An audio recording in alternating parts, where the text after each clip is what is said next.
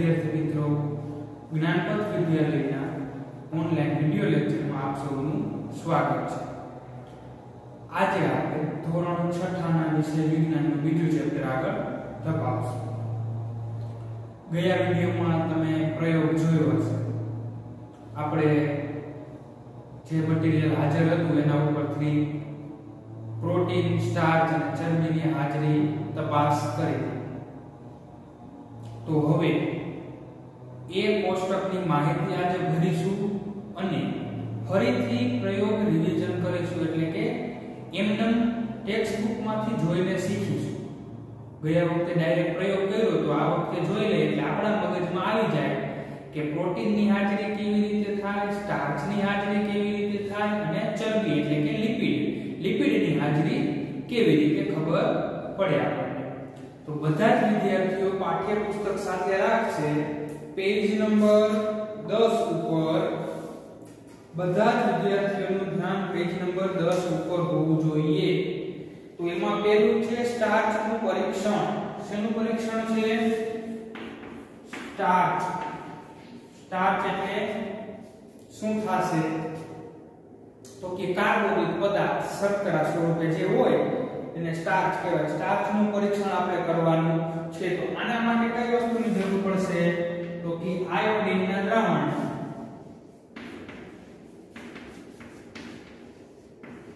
આયોડીનનું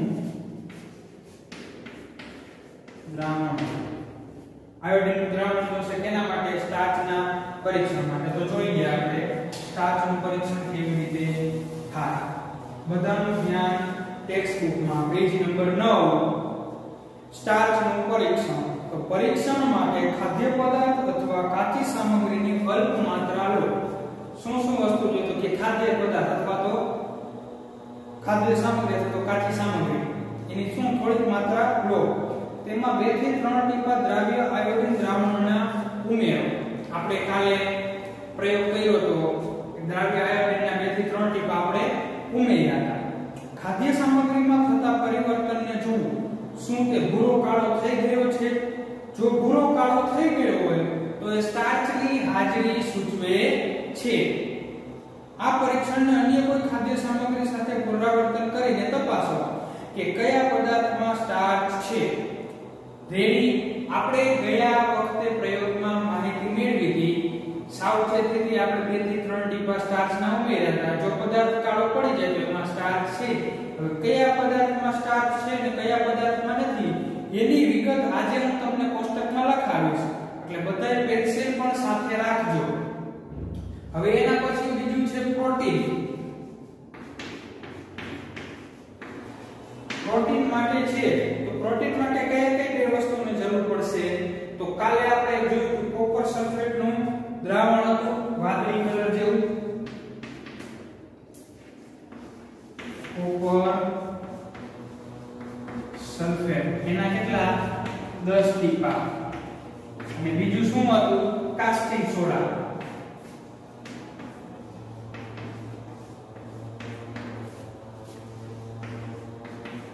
એના 10 ટીપા।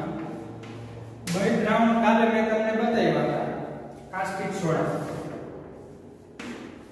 બંને દ્રાવણના કલર રંગ કાલે તમને વિડિયોમાં જોયા જ હશે કે કોપર સલ્ફેટનું દ્રાવણ વાદળી કલર જેવું હોય છે, આછો વાદળી કલર હોય છે, અને આ તો સફેદ કલર જ કહી શકાય, પણ સફેદ નહીં પણ ડોરા પાણી જેવું હોય, આપણું ડોરું પાણી કેવું હોય એના જેવું એનું દ્રાવણ હોય છે। તો હવે જોઈએ તો કરવાનું શું? તો કે પરીક્ષણ માટે ખાદ્ય સામગ્રીનો થોડીક માત્રા લો। હવે શું કરવાનું છે? જો એ ઘનમાં હોય, ઘન પદાર્થ એટલે તો કે મગના દાણા લીધા હોય આપણે તો એના ઉપર તો ડાયરેક્ટ થાય નહીં, તો શું કરવું પડે? તો કે મગના દાણા હોય તો એનો ભૂકો બનાવવો પડે અથવા તો પેસ્ટ બનાવવી પડે। બાફેલા મગ હોય તો શું કરવું પડે? પેસ્ટ બનાવવી પડે। રેડી? એ દ્રાવણ લીધું, એ મટીરીયલ લીધું, પછી એમાં શું કરવાનું? તો કે શરૂઆતમાં 10 ટીપા કોપર સલ્ફેટના નાખવાના। પહેલા તો પાણીના 10 ટીપા નાખીને હલાવવાનું। પછી શું કરવાનું? તો કે ડ્રોપરની મદદથી ટેસ્ટ ટ્યુબમાં 2 ટીપા કોપર સલ્ફેટના દ્રાવણના તથા 10 ટીપા કાસ્ટિક સોડાના નાખવાના છે। પહેલા કોપર સલ્ફેટ નાખ્યું આપણે, પછી 2 ટીપા કાસ્ટિક સોડા નાખવાના। 2 ટીપા કાસ્ટિક સોડા નાખ્યા પછી શું કરવાનું? તો કે શરૂઆતમાં 10 ટીપા કોપર સલ્ફેટના નાખવાના। પછી શું કરવાનું? તો કે ડ્રોપરની મદદથી ટેસ્ટ ટ્યુબમાં 2 ટીપા કોપર સલ્ફેટના દ્રાવણના તથા 10 ટીપા કાસ્ટિક સોડાના નાખવાના છે। પેલા કોપર સલ્ફેટ નાખ્યું આપણે, પછી શું નાખવાનું કાસ્ટિંગ સોડા પછી ટેસ્ટ ટ્યુબને હલાવવાની અને થોડી વાર માટે રાખી મૂકવાની છે જો થોડી વાર પછી એનો રંગ જાંબલી થઈ જાય એવો રંગ જાંબલી કલર આવી જાય તો સમજવાનું કે જાંબલી કલર આવી ગયો માટે તે ખાદ્ય પદાર્થમાં પ્રોટીન રહેલું છે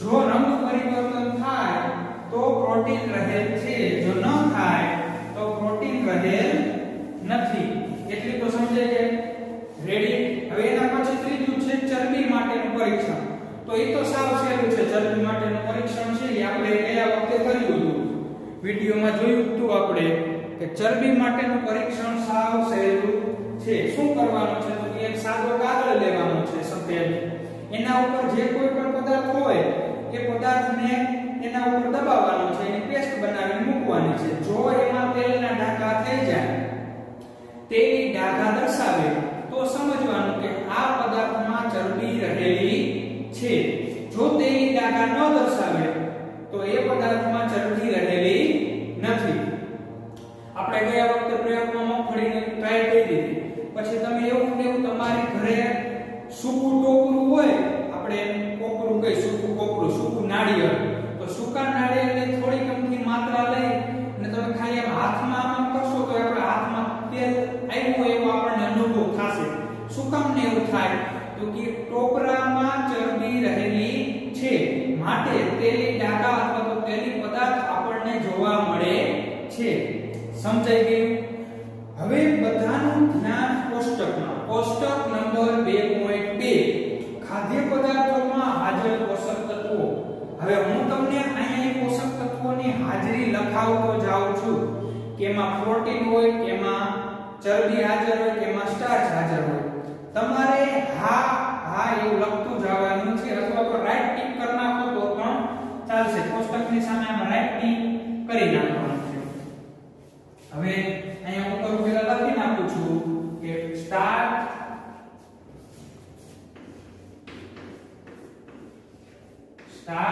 પછી અહીંયા પ્રોટીન અને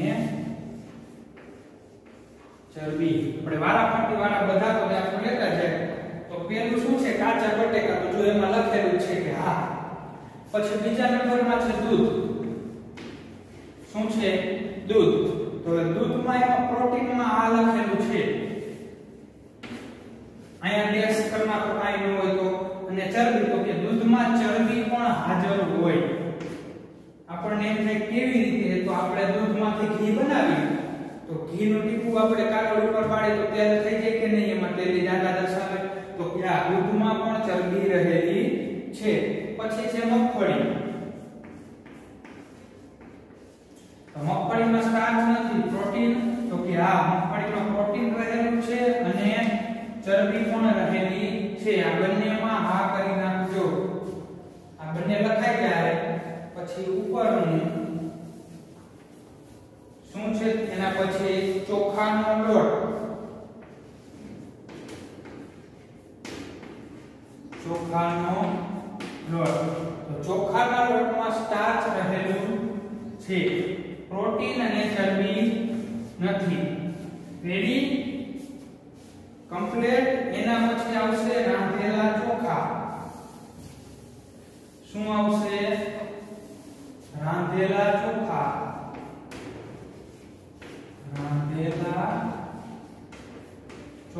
રાંધેલા ચોખામાં પણ સ્ટાર્ચ રહેલું છે પ્રોટીન અને ચરબી નથી રાંધેલા ચોખા એટલે તો કે બાફેલા ચોખા આપણે ભાત ખાય છે ભાતમાં શું હોય સ્ટાર્ચ હાજર હોય પ્રોટીન ચરબી ન હોય પછી આવશે સૂકું નાળિયેર તો સૂકું નાળિયેર તો તમને બધાને આવડે એમાં શું રહેલું હોય ચરબી તો ચરબીની સામે ટીક માર્ક અથવા તો આ લખી નાખવાનું બાકી બંનેમાં ડેશ પછી છે ચણાનો લોટ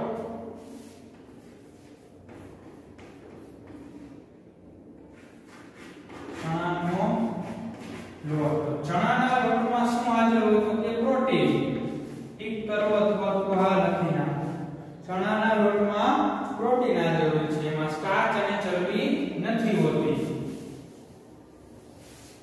એના પછી છે રાંધેલી દાળ. દાળ આવે એટલે કોઈ પણ કઠોળ જ આવશે. તો કોઈ પણ કઠોળ હોય તો એમાં શું હાજર હોય? પ્રોટીન. તો રાંધેલી દાળમાં શું આવશે? પ્રોટીન. એના પછી છે કોઈ પણ શાકભાજીનો ટુકડો. હવે શાકભાજીનો ટુકડો છે કોઈ પણ કીધો છે તો શું બધાયમાં એવું ન બને કે સ્ટાર્ચ હાજર જ હોય? કોકમાં ચરબી પણ હોય, કોકમાં પ્રોટીન પણ હોય, કોકમાં સ્ટાર્ચ પણ હોય. તો એ બધામાં ટેસ્ટ કરના. એમાં આપણે સ્પેશિયલ વસ્તુ કઈ તો કહી શકીએ કે ના આમાં આ હાજર હોય. કેળું લે તો એમાં સ્ટાર્ચ હાજર હોય, પણ એ બધામાં તો હોય એવું પોસિબલ નથી. સફરજનમાં હોય એવું બને તો કે ના એવું બની શકે નહીં. માટે ટેસ્ટ કરી નાખજો. પછી આવશે કોઈ પણ ફળનો ટુકડો. તો એમાં પણ એવું જ થશે. એમાં પાણીનું પ્રમાણ વધારે હશે શાકભાજી અને ફળમાં. આ પદાર્થો કરતાં પાણીનું પ્રમાણ વધારે હશે. આપણે સલાડ ખાઈ તો આપણે ધરાઈ જાય એવું લાગે, પણ આપણને જરૂરી એમાં પોષક તત્વો એમાંથી મળે નહીં. પ્રોટીન, ચરબી, વિટામિન, સ્ટાર્ચ એ બધું મળી શકે નહીં. આપણું પેટ ભરાઈ જાય. કેમ? તો કે એમાં પાણીનું પ્રમાણ વધારે હોય. તરબૂચની વાત કરીએ આપણે તો તરબૂચમાં 96% પાણી હોય. કેટલું? 96% પાણી હોય. એટલે કે ઓલમોસ્ટ તરબૂચ આખું તમે ખાઈ જાવ તો તેમાંથી 90% તો પાણી જ છે એમ જ માનવાનું. કેવું પાણી? તો કે મીઠું પાણી. સ્વાદ આવે એટલે આપણને ભાવે. સમજાઈ ગયું? બાફેલું ઈંડું શેલું છે શું છે? બાફેલું ઈંડું એનો સફેદ ભાગ કીધો છે. કેવો? સફેદ ભાગ. ઈંડામાં બે ભાગ હોય, અંદરનો પીળા કલરનો અને બહારનો સફેદ કલરનો. તો એમાં શું હાજર હોય? તો કે સ્ટાર્ચ તો કે ના હાજર ન હોય. પ્રોટીન તો કે હા પ્રોટીન હાજર હોય. ચરબી તો કે હા ચરબી પણ હાજર હોય છે. આ બધી વસ્તુ તમારે સાથે ટીકમાં અથવા તો લખતી જવાની છે. આ બધું જ લખાઈ જાય. ગમે ત્યારે બુક ચેક થાય અથવા તો સ્કૂલ ચાલુ થાય અને હું તમારી ટેક્સ્ટ બુક ચેક કરું આ માહિતી હોવી જોઈએ. રેડી? અહીંયા સુધી સમજાઈ ગયું છે બધાને? કમ્પ્લીટ. હવે પછી એમ થશે કે તમારું હોમવર્ક. તો હવે તમારું હોમવર્ક એસએમ માંથી આવશે. એસએમ માંથી આગલા ચેપ્ટરનું કંઈક હોમવર્ક હશે એ તમને ફોટો આવે છે એ પ્રમાણે તમારે કરતું રહેવાનું રહેશે. હવે એસએમ જે કોઈ પણ વિદ્યાર્થીઓ લઈ ન ગયા હોય તે સ્કૂલે આવીને એસએમ લઈ જવી. બાકી વાંચવાનું ચાલુ કરી દેજો. એસએમ માંથી પહેલા પાઠનું રિવિઝન સ્ટાર્ટ કરી દેજો અને વિડિયો જોઈને આ પાઠનું પણ રિવિઝન કરવાનું રહેશે. સમજાઈ ગયું છે અહીંયા સુધી બધાને?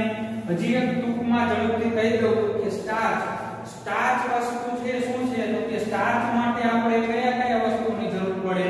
તો કે આયોડિનના દ્રાવણ. આ બધું સમજાય છે? ખાલી એટલું જ રાખવાનું કે સ્ટાર્ચની હાજરી ચેક કરવા માટે આપણે આયોડિનનું દ્રાવણ જોઈએ.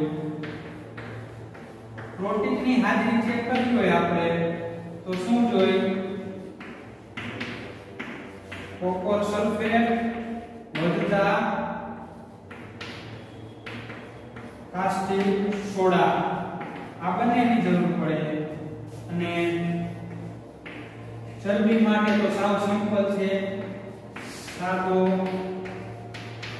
કાગળ અથવા તો કાપડ પણ ચાલે. સફેદ કાપડ જેમાં તેલના ડાઘા દેખાઈ શકે.